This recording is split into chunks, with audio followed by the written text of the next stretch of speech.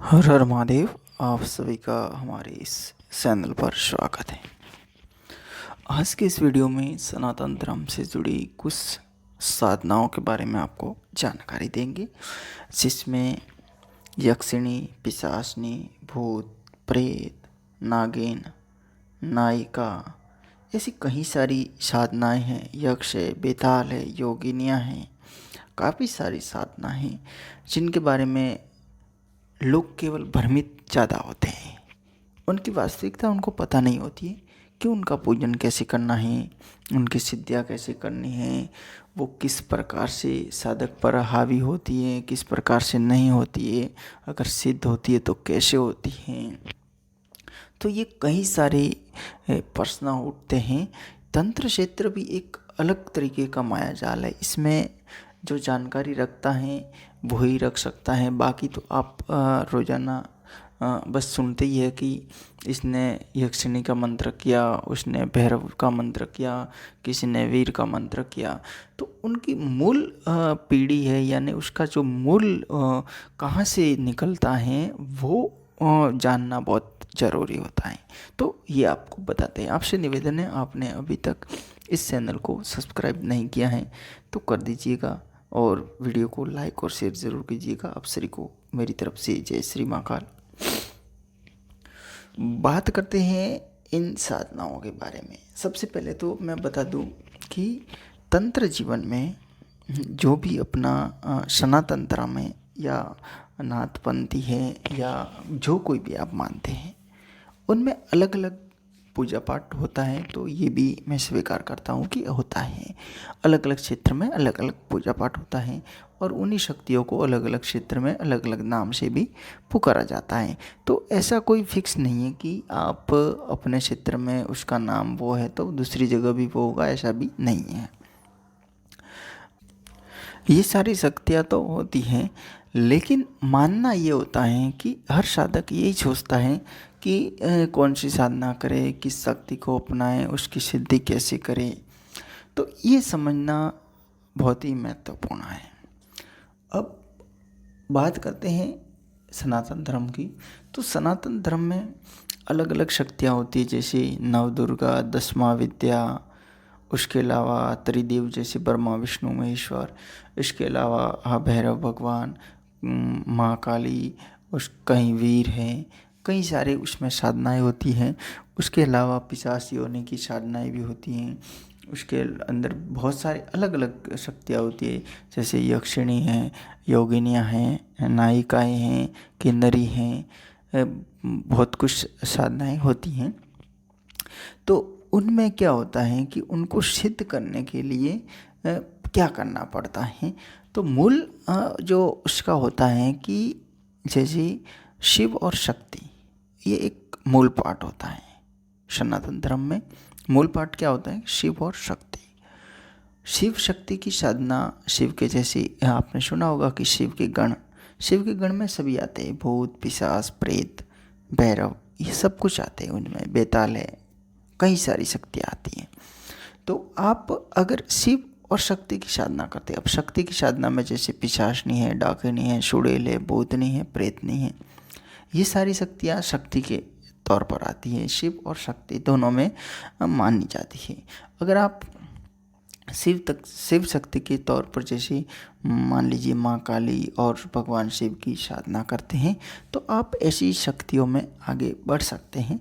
लेकिन समस्या कहाँ आती है कि आप डायरेक्टली अगर केवल साधना उसी लेवल पर करेंगे कि आप सर्वश्रेष्ठ, जैसे कुछ बनने के लिए लोगों की भावनाएं होती हैं कि मैं भी सर्वश्रेष्ठ बनूं या इतना कुछ बनूं, और महान साधना में लग जाते हैं और उनका देख रेख होता है वो किसी के अंडर नहीं होता, यानी कि कोई बड़ा गुरु भाई है, कोई विशेष जानकार है, उसके अंडर नहीं होता है और वो माँ काली का मंत्र जप करता है या शिव जी का मंत्र जप करता है, तो फिर उनके साथ में कुछ अनहोनी कभी होना शुरू हो जाती है।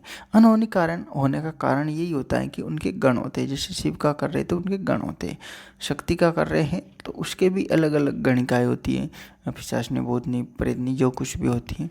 तो ये क्या करती है कि ये शक्तियाँ होती है जो भी शिव और शक्ति की, ये उस साधक को प्रभावित करती है और उस साधक को उस रास्ते से हटाने की कोशिश करती है। यानी आप किसी राजा के वहाँ जाना चाहते हैं और आप वहाँ डायरेक्ट उसको मिलने के लिए जा रहे हैं, लेकिन आपको बीच में कई सारी उनके कुछ पहरेदार होंगे जो रोकते रहेंगे। एक ने रोका, फिर वो आपको वापस थोड़ा आगे भेजेंगे, किसी और ने वापस रोक दिया, फिर आप वहाँ पे कुछ करेंगे, फिर और आगे जाएंगे और हो सकता है आपको आगे जाने भी ना दे। तो बस ये एक प्रकार होता है कि शिव और शक्ति की साधना करते या कोई भी बड़ी साधनाएं करते तो उसमें उनके गण होते हैं, वो आपको रोक देते हैं। पिशाच योनि की शक्तियों में इतना पावर होता है कि वो एक नेगेटिव तरीके से, ऐसे भी अगर एक बार तो कोई भी बड़ा साधु संत है तो उसको भी हिला देते हैं, क्योंकि वो क्रोधित शक्तियाँ बहुत ज़्यादा होती है, बहुत ज़्यादा क्रोधित होती है।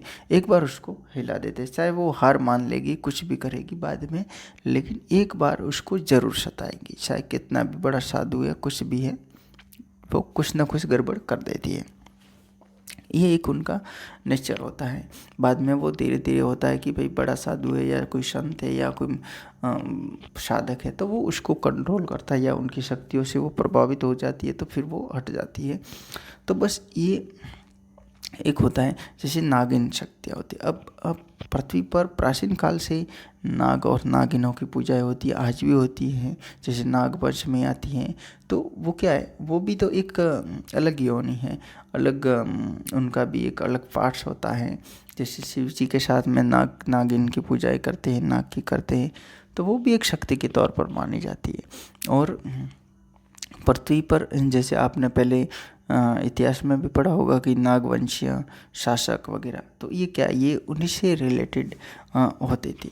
इसके अलावा यक्षिणियाँ होती है। यक्षिणियाँ भी एक इंसान को उनकी ज़्यादा आयु भी बढ़ा सकती है, उनकी आयु घटा भी सकती है। ऐसी भी यक्षिणियों के पास में पावर होते हैं बहुत। और सारे यक्षिणियाँ ऐसी होती है कि किसी इंसान को अगर स्थिर रखना चाहे तो वो अगर किसी को सिद्धों के स्थिर भी रख सकती है। यानी जैसा आज दिख रहा है वो आपको 10 साल बाद में, 50 साल बाद में भी वैसा ही दिखेगा।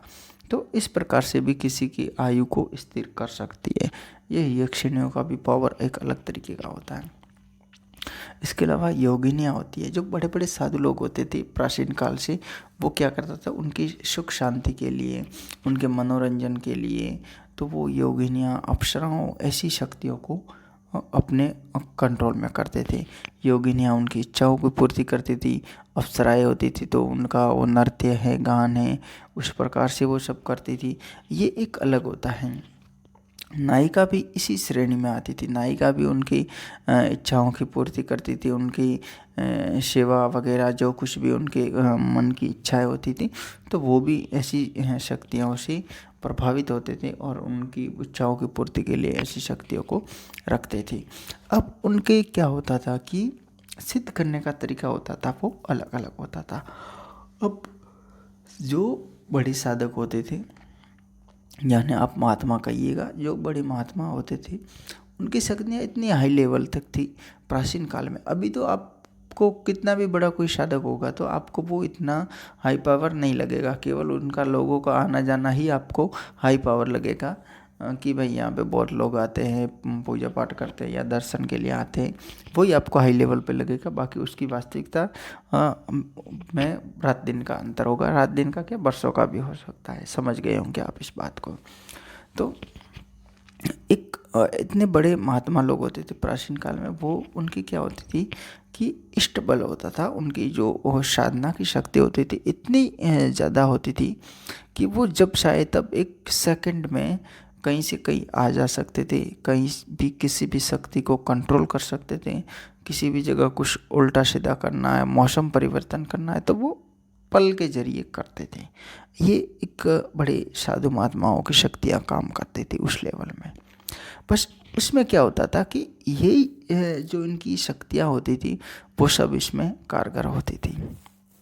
इसके अलावा जैसे आज के समय में भैरव भगवान की शक्ति भी मानते हैं। भैरव भगवान क्या है कि शिव का ही प्रतिरूप माना जाता है, ऐसा आज भी माना जाता है।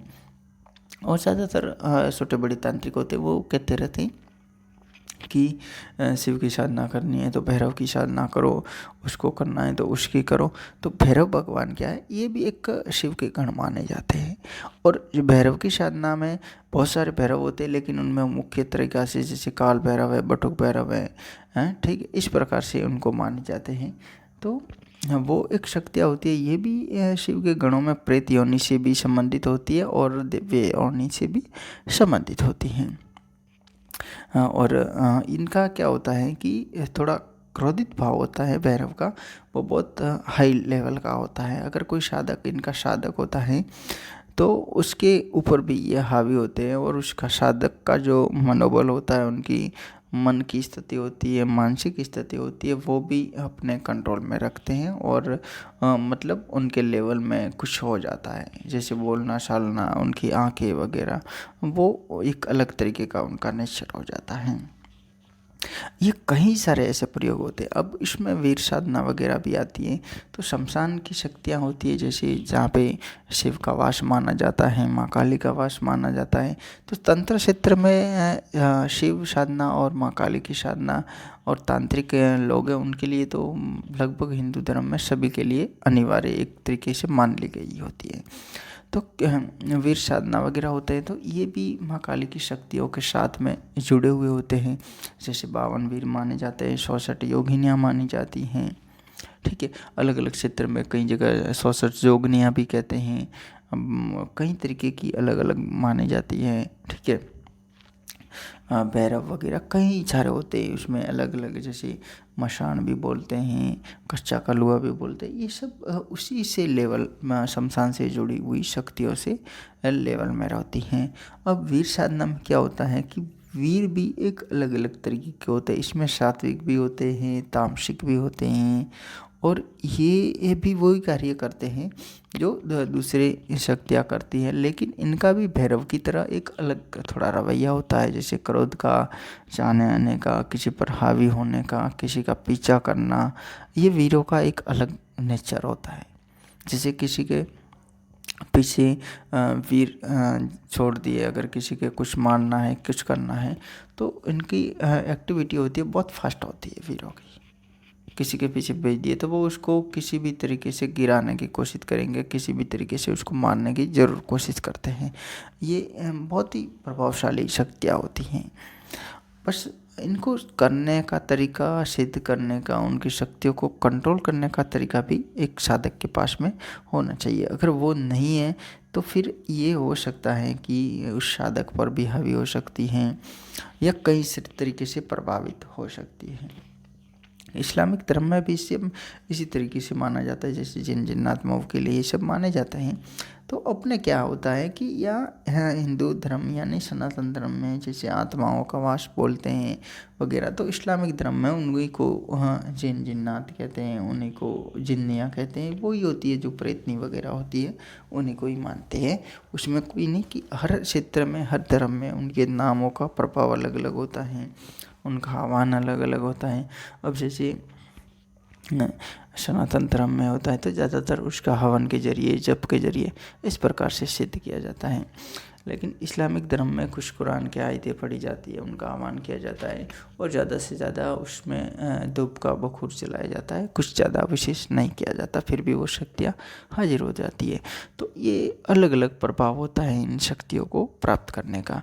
हो सकता है मेरे हिसाब से इस वीडियो में बहुत लंबा हो गया इस समय, और आप इस शक्तियों को सिद्ध करने के लिए विशेषकर सनातन धर्म के तौर पर कहेंगे शिव शक्ति की साधना आप कीजिएगा। अगर इस्लामिक करते तो इसमें कुरान की कुछ आयतें हैं, उसका जैसे सूरह मुजमिल है, सूरह फातिहा है, सूरह इखलास है।